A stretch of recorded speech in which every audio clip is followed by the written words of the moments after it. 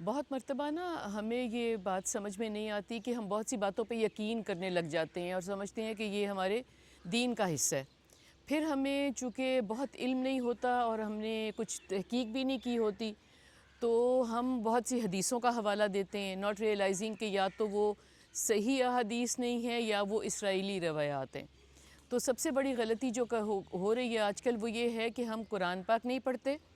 تلاوت کا مطلب ہم سمجھتے ہیں کہ عربی میں پڑھتے جائیں بہت ثواب ہے،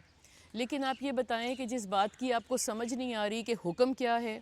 آپ کو یہ سمجھ نہیں آ رہی کہ اللہ تعالیٰ فرما کیا رہا ہے، آپ کو یہ سمجھ نہیں آ رہی کہ احکامات کیا ہیں اور آپ کے کرنے کے کام کیا ہیں اور آپ کے نہ کرنے کے کام کیا ہیں۔ آپ مجھے بتائیں کہ اللہ کا کلام تو ہے، لیکن اگر میں یہ لفظ کہوں کہ آپ مجھے بتائیں کہ اس کا آپ کی ذات کو کیا فائدہ ہے؟ آپ کہتے ہیں ثواب ہے،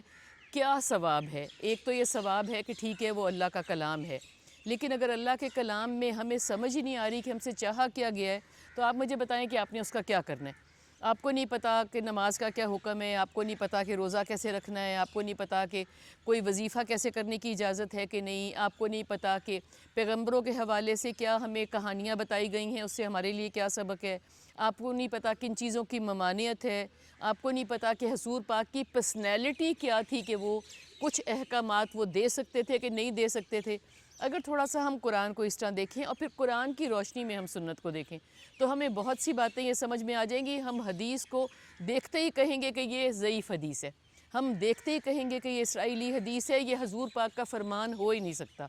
تو بہت زیادہ ضرورت کس بات کی ہے؟